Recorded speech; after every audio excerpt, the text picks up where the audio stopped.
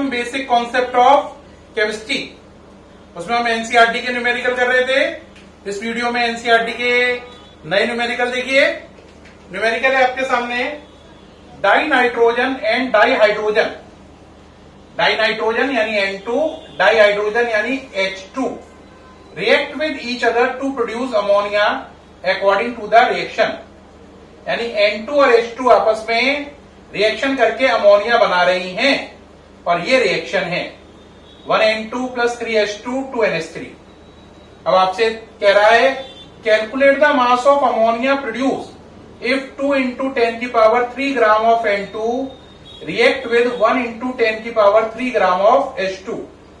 कह रहा है कितनी अमोनिया बनेगी अगर 2 × 10³ ग्राम N2 1 × 10³ ग्राम H2 से रिएक्शन करे। तो बताओ कितनी अमोनिया बनेगी। दूसरे में कह रहा है will any of two reactant remain unreacted. क्या N2 और H2 में से कोई ऐसा है जो रिएक्ट नहीं होगा यानी कि बचा रहेगा।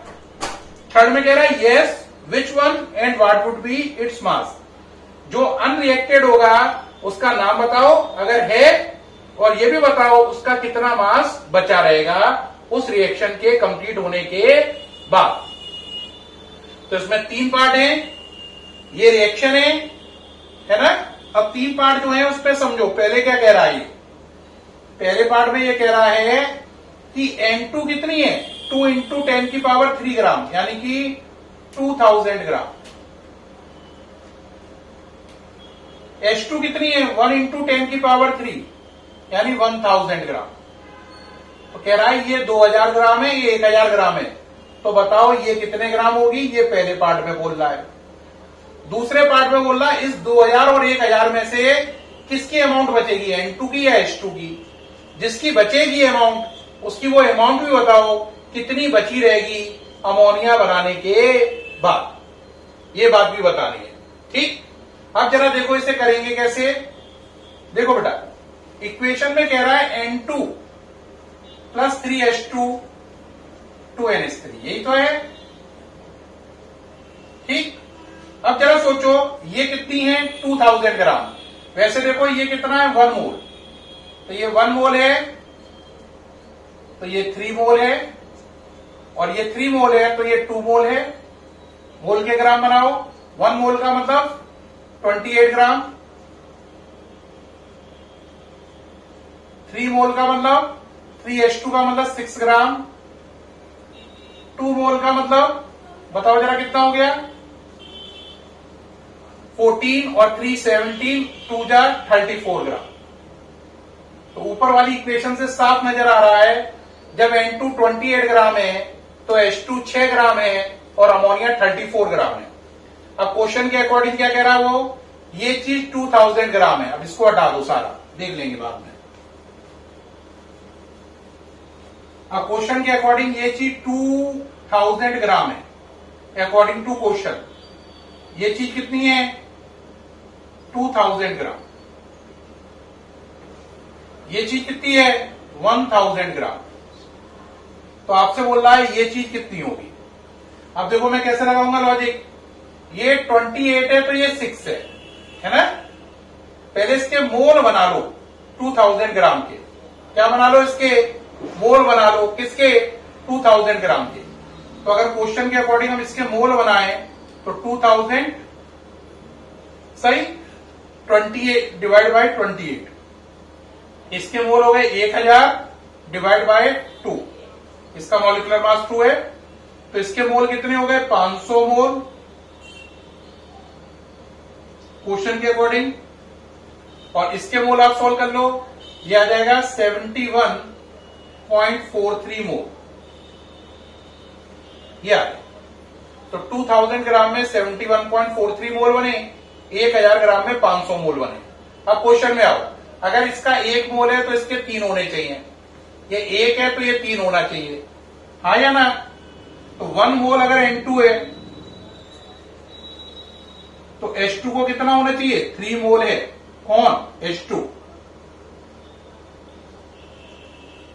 अब क्वेश्चन के अकॉर्डिंग अगर आप देख रहे हैं ये 71.43 मोल है, तो आप कहोगे सर H2 कितनी होगी, x की वैल्यू हुई 71.43 इंटू 3/1, 3 का मल्टीप्लाई कर लो, 3 3 जा 9, 4 3 जा 12, 2 कैरी 1, 4 हो गया, 7 3 जा 21, ये हो गया 214.29। तो इसका मतलब अगर ये 1 मोल है तो ये 3 मोल है, अगर ये 71.43 मोल है तो इसे होना चाहिए 214.29 मोल। किसे, हाइड्रोजन के। इतने मोल हाइड्रोजन के होने चाहिए थे, लेकिन है कितने, 500। तो आप पे हाइड्रोजन के मोल होने चाहिए थे 214.29, है 500। तो इसका मतलब हाइड्रोजन के मोल इतने चाहिए थे, इतने हैं। तो हाइड्रोजन के मोल क्या है, एक्सिस में। तो इसके मोल एक्सिस में, किसके, हाइड्रोजन के। तो इसका मतलब लिमिटिंग रीजेंट कौन हुआ, आंसर नाइट्रोजन। प्यारे बच्चों, कहता है ये समझ में आया या नहीं? देखो दोबारा सुनो, ये 1 मोल है तो ये 3 मोल है, ये 2 मोल है। इसके इतने ग्राम के मोल कितने हुए, इतने। इसके इतने ग्राम के मोल इतने हुए। अब हमने देखा ये 1 है तो ये 3 है। तो अगर ये 71.43 है तो इस पर होना चाहिए था 214.29, लेकिन इस पर 214.29 की जगह कितना है, 500 मोल। तो आप इतने मोल होने चाहिए थे, इतने मोल हैं। तो इसका मतलब इसके मोल एक्सिस हैं, किसके, हाइड्रोजन के। तो हाइड्रोजन के मोल एक्सिस में है, तो इसका मतलब जरूरत से ज्यादा है। तो इसका मतलब कम मोल किसके पड़ रहे हैं, कम मोल पड़ रहे हैं N2 के। तो N2 क्या हो गया, लिमिटिंग रीजेंट। तो पहली बात है, कैलकुलेशन लिमिटिंग रीजेंट से की जाती है।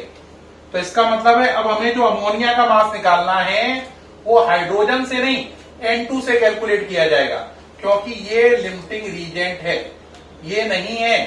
तो इसका मतलब कैलकुलेशन N2 वर्सेस अमोनिया होगी, H2 वर्सेस अमोनिया नहीं होगी, क्योंकि कैलकुलेशन हमेशा लिमिटिंग रीजेंट से की जाती है। अब आओ जरा करो, जरा फिर बोलिए भाई। अब देखो ये 1 मोल है तो ये कितना है, 2 मोल। 1 मोल कौन होता है, N2। तो अमोनिया कितनी होती है, 2 मोल कौन होती है, अमोनिया। अब क्वेश्चन के अकॉर्डिंग ये कितने मोल है, 71.43 मोल है, कौन, N2। तो अमोनिया के कितने मोल बनेंगे, Y। आप कहोगे X क्यों नहीं, X पहले ऊपर मान चुके हैं तो नया डिजिट Y होगा। तो Y की वैल्यू निकालो, 71.43 इंटू 2। तो Y की वैल्यू हो जाएगी 6, 8, 2, 142.86 मोल। क्या, अमोनिया। ये अमोनिया का क्या आ गया, मोल आ गए। क्या आ गए, मोल। मास निकालने के लिए इसमें 17 का मल्टीप्लाई कर दो, तो मास ऑफ अमोनिया कितना हो गया, 142.86 इंटू 17 का इसमें मल्टीप्लाई कर लीजिए आप, इसका 17 का, तो आंसर आएगा 2428.6 ग्राम अमोनिया। तो प्यारे बच्चों, पहला आपको निकालना था अमोनिया का मास, ये तो ये हमें अब पता चल गया है। इसकी वैल्यू आई 2428.6 ग्राम। ये किसकी वैल्यू आ गई, अमोनिया के मास की। ठीक, ये अमोनिया का मास निकल आया। ये अमोनिया के मोल कितने हैं, 142.86, ये इसके मोल है। ठीक, ये सारा नोट करते जा रहे हैं, कर लीजिए जरा, मैं सामने से हटवाऊं, नोट कर लीजिए। अब आप कहोगे सर ये सारा नोट हम कर रहे हैं, जल्दी जल्दी कर लें। हाँ करिए, कर चुके। अब आप आगे आ जाओ, इसको इरेज करते हैं, थोड़ा सा सोचो वापस। जरा देखो भाई, ये सब हटा दिया। अब जरा बात को समझना पूरा ध्यान से, पूरी बात को देखो बेटा। ये सब भी हटा लो, थोड़ा सा क्लैरिटी में चलो। देखो अभी आपने क्या क्या सीखा, बोलो। आपने सीखा ये 1 मोल था, और क्वेश्चन के अकॉर्डिंग मैंने भी आपको इसके मोल निकाल के दिए थे, है ना। 71.43 इसके मोल थे, है ना, और इसके मोल कितने थे, 500 मोल थे इसके, और ये तब इसके 0 मोल थे, तब ये बना भी नहीं था शुरू में। बाद में ये तब बना नहीं था तो ये 0 मान लो, ये क्वेश्चन के शुरू में था। बाद में फाइनली क्या हुआ, ये लिमिटिंग रीजेंट साबित हुआ, ये एक्सिस में है ना। तो ये 71.43 है, कौन, ये तो ये बाद में कितना हो गया 0। 71.43 खत्म होके कितना हो गया 0 हो गया। और बदले में इसके मोल कितने बने बोलो, इसके मोल बने 142.86, इसके मोल बन गए। अब जरा सोचो ये 71.43 है तो उसका ये 1:3 है, तो 71.43 इंटू 3 करो, 3 3 जा 9, 3 4 जा 12, 2 कैरी 1 4 है ना, और 3 7 जा 21, ये हो गया। तो इसके 214.29, ये 1 है तो ये 3 है, तो इसके 214.29 मोल खर्च हो गए किसके H2 के। तो इसके मोल बचे कितने 500 माइनस 214 कितना था बोलो 29, 214.29 ये इसमें से खर्च हो गया। तो देखो क्या रहा, रिएक्शन होने के बाद ये 0 हो गया, ये 142.86 मोल बन गया, जिसका वजन मैंने अभी आपको बताया था 2428.6 ग्राम है। और बताया इसके मोल इतने बचे किसके हाइड्रोजन के, कितने हुए 500 में से घटा लो, ये कितना था 500 में से घटा लो भाई जरा, ठीक है घटाइए, कितना घटाना है 214.29, 214.29। 10 में से 9 गया 1, 9 में से 2 गया 7 है ना, ऐसे करते जाओ जरा। इधर कितना बचा 5, इधर कितना बचा 8 है ना, और इधर 2, 285.71, तो ये आ गया 285.71। तो क्वेश्चन में उन्होंने क्या क्या पूछा था, उनने पहली बात 285.71 क्या आ गए मोल, और इनका अगर मास बनाना है तो 285.71 इंटू 2 है ना, 2 का मल्टीप्लाई कर लो तो इसका मास बन जाएगा हाइड्रोजन का, कितना हो गया 2 4 कैरी 1 फिर 1 5 2 या 10 और 1 11 1 7 है ना, फिर कैरी 1 5, ये आ गया। अब अगर मुझसे आपने पहले क्वेश्चन पे आओ, क्वेश्चन में पहले उन्होंने क्या पूछा, उन्होंने बोला अमोनिया कितनी बनी, आंसर अमोनिया 142.86 मोल बनी, या जो कह लो 2428.6 ग्राम बनी। तो पहला क्वेश्चन था अमोनिया कितनी बनी, आंसर इतने मोल या इतने ग्राम। फिर दूसरा क्वेश्चन उन्होंने पूछा था N2 और H2 में से कौन पहले फिनिश होगा और कौन बचा रहेगा। तो N2 पूरी खत्म हो जाएगी, H2 बचा रहेगा। कितना बचा रहेगा, आंसर मोल में इतना और ग्राम में इतना। तीसरे पार्ट में उन्होंने ये बोला था जो चीज बची रहेगी वो कितने ग्राम होगी, तो आंसर जो चीज बची रह रही है वो हाइड्रोजन है, और वो कितने ग्राम है इतना। प्यारे बच्चों दोबारा से सोचो, इस क्वेश्चन में 3 पार्ट बताने थे। पहला बताना था अमोनिया का मास, आंसर आया 2428.6। दूसरा N2 और H2 में कौन पूरा खर्च हो जाएगा, आंसर N2। कौन बचा रहेगा, आंसर H2। तीसरे पार्ट में उन्होंने बोला था जो बचा रहेगा उसका मास कितना होगा, तो बचा कौन रह रहा है, आंसर H2, उसका मास होगा 571.42 ग्राम, या यूं कह लो मोल होंगे 285.71 मोल। तो H2 के इतने मोल होंगे या इतने ग्राम होंगे, जो बचे रहेंगे ये खत्म हो जाएगा और ये इतना बन जाएगा। इस केस में लिमिटिंग रीजेंट कौन है, N2 है, क्योंकि वो रिएक्शन में कम पड़ रहा है। तो ये लिमिटिंग रीजेंट के कॉन्सेप्ट में न्यूमेरिकल था, काफी टफ था, समझने वाला था, लेकिन मुझे उम्मीद है आपको समझ में आ गया होगा। अब इसको इरेज कर रहा हूं। अब नेक्स्ट न्यूमेरिकल पे आ जाइए, इस पे इसको इरेज कर दिया। नेक्स्ट न्यूमेरिकल पे आइए। नेक्स्ट न्यूमेरिकल कह रहा है calcium carbonate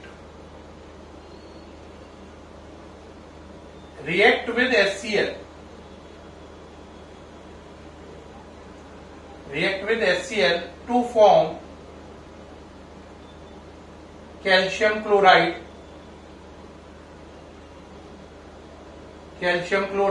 CO2 and water according to reaction। फिर उन्होंने रिएक्शन दी है, रिएक्शन दी है CaCO3 प्लस 2HCl, प्रोडक्ट बनाया है CaCl2 plus H2O plus CO। ये रिएक्शन दी है, कह रहा है calculate the mass of CaCO3 if HCl is 25 ml and its molarity is 0.75 molar. ठीक, तो कह रहा है ये इक्वेशन है, इस इक्वेशन के अकॉर्डिंग बताओ इसका मास कितना होगा, किसका, CaCO3 का, जबकि जो HCl है उसके इतने ml है और उसकी मोलैरिटी 0.75 है। तो इसकी मोलैरिटी और वॉल्यूम दे रखा है, इसका आपको मास निकालना है। नोट करिए, सामने से हट गया हूं, जल्दी से नोट करें, टाइम ना लगाएं। नोट कर लिया भाई, आगे बढ़े। देखिए भाई, अब क्या करेंगे, इसमें मैं ये सारा हटा रहा हूं। देखो पहले इक्वेशन देखो क्या है, CaCO3 plus 2HCl, CaCl2 plus H2O plus CO2, यही तो है बेटा। अब क्वेश्चन के अकॉर्डिंग ये चीज कितनी है, 25 ml है इसका वॉल्यूम और इसकी मोलैरिटी कितनी है, 0.75। आपको इसका क्या निकालना है, मास।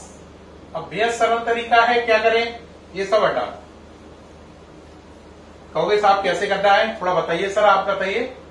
देखो बेटा, पहले अगर आप थोड़ा सा ध्यान दें तो पहले मैं निकालूंगा HCl की मोलैरिटी और वॉल्यूम से उसका वजन, उसका क्या निकालूंगा, वजन निकालूंगा।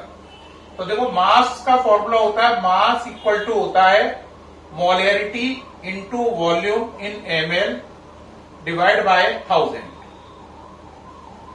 ठीक, इससे आप क्या निकाल सकते हैं, इसका वो निकाल सकते हैं, क्या निकाल सकते हैं। देखो अगर आप नहीं समझ पा रहे हो तो मोलैरिटी का फॉर्मूला बताओ, क्या होता है बोलो, WB into 1000 over MB into VS, यही तो होता है। यहां से देखो मोलैरिटी कितनी है HCl की, 0.75, उसका वजन कितना है मालूम नहीं, 1000 है। मॉलिक्यूलर मास HCl का कितना है, 36.5, वॉल्यूम कितना है, 25 ml। तो यहां से HCl का वेट निकल आया कितना, 0.75, 36.5 इंटू 25 डिवाइड बाय 1000, इससे कितनी बार गया, 40 बार। ठीक है, तो यहां से सॉल्व कर लेंगे, क्या कर लेंगे, सॉल्व। तो सॉल्व करने पे आएगा 0.684 ग्राम HCl, ये निकला है।